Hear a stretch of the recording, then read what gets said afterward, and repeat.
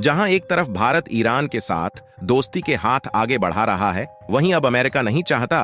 कि भारत दोबारा से ईरान के साथ हाथ मिलाए और वहां से सस्ते दामों में कच्चा तेल और नेचुरल गैस खरीदें। क्योंकि साल 2019 में यूनाइटेड स्टेट के द्वारा ईरान पर प्रतिबंध लगा दिया गया कि वह भारत को क्रूड ऑयल एक्सपोर्ट ना करे।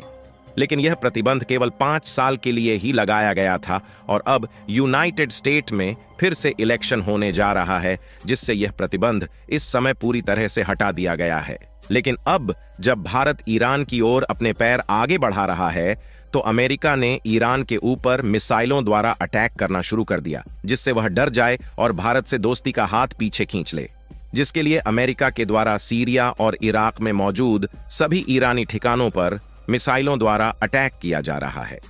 पूरी डेवलपमेंट क्या है इस वीडियो में समझते हैं, लेकिन वीडियो में आगे बढ़ने से पहले इस वीडियो को एक लाइक जरूर करें, क्योंकि भारत दोबारा से 5 साल बाद ईरान के साथ अपने पुराने रिलेशंस को बढ़ाने जा रहा है। और चैनल को भी सब्सक्राइब जरूर करें, जिससे हमारे चैनल की नई वीडियो सबसे पहले आपको मिल सके। अगर देखा जाए तो इस समय भारत क्रूड ऑयल यानी कि कच्चे तेल और नेचुरल गैस की आपूर्ति के लिए दूसरे देशों पर डिपेंडेंट है, जिसमें हम लगभग 85% कच्चा तेल और नेचुरल गैस का 50% हिस्सा दूसरे देशों से इंपोर्ट करते हैं,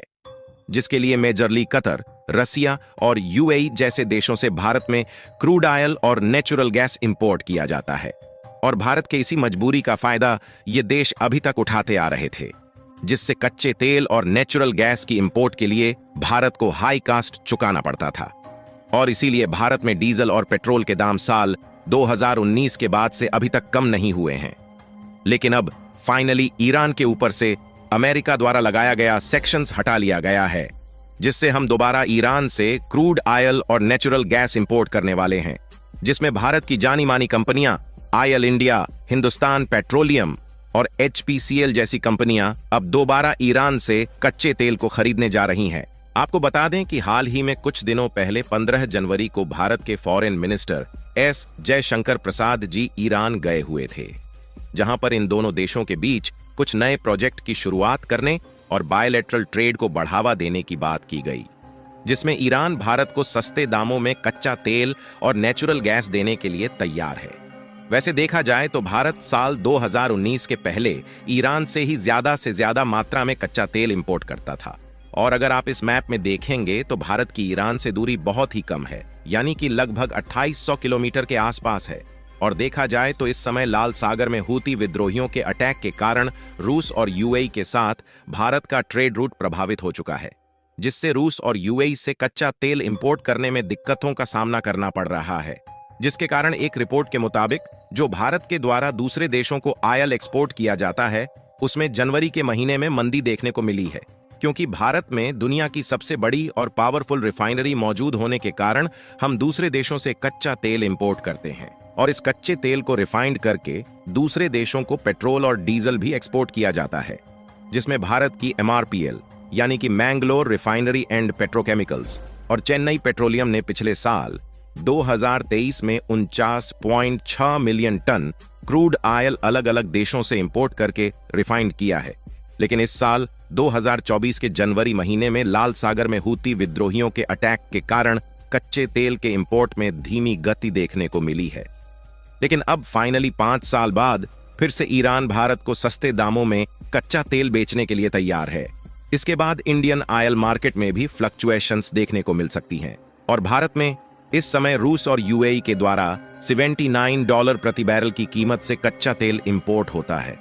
हालांकि 2 महीने पहले यूएई के साथ भारत ने सीधे रुपए में कच्चे तेल के लिए व्यापार सौदा किया था और इस समय दुनिया के कई सारे देश भारत से सीधे रुपए में ट्रेड करने के लिए तैयार है, जिसमें ईरान भी भारत के साथ अपने बायलैटरल ट्रेड को आगे बढ़ाना चाहता है। लेकिन समस्या इस बात की है कि ईरान जैसे जैसे भारत की ओर अपने दोस्ती के हाथ आगे बढ़ा रहा है, वैसे अमेरिका ईरान के ऊपर एक्शन लेने की तैयारी आगे बढ़ाता जा रहा है। इसका अंदाजा आप इसी बात से लगा सकते हैं कि जहां कुछ दिनों पहले भारत और ईरान के बीच दोबारा से सस्ते दामों में कच्चे तेल और नेचुरल गैस खरीदने की डील फाइनल हुई, उसके लगभग 1 हफ्ते बाद ही सीरिया और इराक में जो ईरानी ठिकाने मौजूद है, वहां पर अमेरिका के द्वारा हमला शुरू हो जाता है, यानी कि देखा जाए तो जिस तेजी के साथ भारत की इकोनॉमी आगे बढ़ रही है, उससे डेवलप्ड देशों को डर है कि कहीं उन देशों से भारत आगे ना निकल जाए। इसीलिए डेवलप्ड देश यह नहीं चाहते कि भारत की इकोनॉमी आगे बढ़े, और इसीलिए यह सभी देश भारत की टांग खींचने में कोई कसर नहीं छोड़ रहे हैं। इसके अलावा जब से भारत और मालदीव के बीच विवाद शुरू हुआ है, तब से चीन मालदीव के साथ मिलकर भारत की दूरियां और ज्यादा बढ़ाना चाहता है, और वह मालदीव पर कब्जा करने की तैयारी बना चुका है, जिसके लिए चीन के द्वारा मालदीव जासूसी जहाज भेजा जा रहा है। हालांकि चीन के द्वारा मालदीव भेजा गया जासूसी जहाज कुछ दिनों में पहुंचेगा, लेकिन उससे पहले भारत में श्रीलंका ने अपनी पनडुब्बी को तैनात कर दिया है। यही नहीं, भारत और श्रीलंका के द्वारा चीन के द्वारा भेजे जा रहे जासूसी जहाज पर कड़ी नजर रखी जा रही है, जिससे चीन का जासूसी जहाज मालदीव के साथ मिलकर भारत के खिलाफ कोई खिचड़ी ना पका सके। अगर ईरान और भारत के रिलेशन को देखा जाए तो ईरान और भारत के रिलेशंस पहले से भी काफी अच्छे रहे हैं, जिसमें भारत और ईरान के बीच पिछले साल 2023 में $2.3 बिलियन का बायलैटरल ट्रेड हुआ है। भारत के द्वारा ईरान को किए जाने वाले एक्सपोर्ट को देखा जाए तो भारत ने ईरान को बासमती चावल, चीनी, चाय और फ्रेश फ्रूट्स जैसे फूड प्रोडक्ट का एक्सपोर्ट किया है, क्योंकि ईरान जैसे पेट्रोलियम कंट्री में फूड प्रोडक्ट बहुत ही कम मात्रा में प्रोड्यूस होता है, जिसके लिए यह देश मेजरली भारत से खाने पीने के आइटम्स सोर्स करते हैं। वैसे ईरान और भारत के बायलैटरल ट्रेड को देखा जाए तो साल 2019 की तुलना में बहुत ही कम है, क्योंकि साल 2019 के पहले भारत और ईरान का बायलैटरल ट्रेड लगभग $6 बिलियन पर ईयर के करीब था।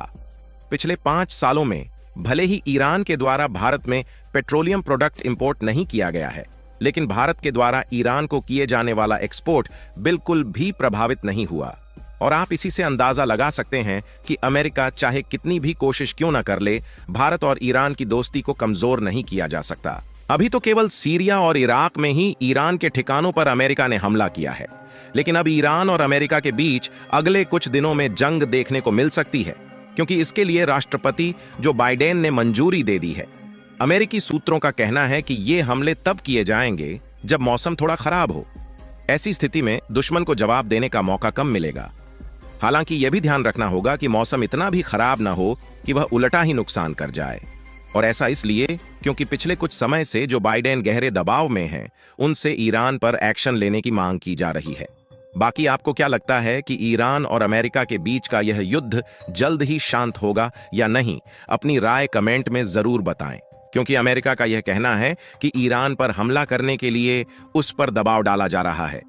और भारत दोबारा से ईरान के साथ बायलैटरल ट्रेड को बढ़ाने जा रहा है। उसके लिए इस वीडियो को एक लाइक जरूर करें और अपने मित्रों तक शेयर करें, ताकि उन्हें भी जानकारी मिल सके,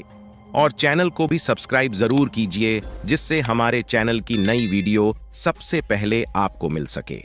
जय श्री राम।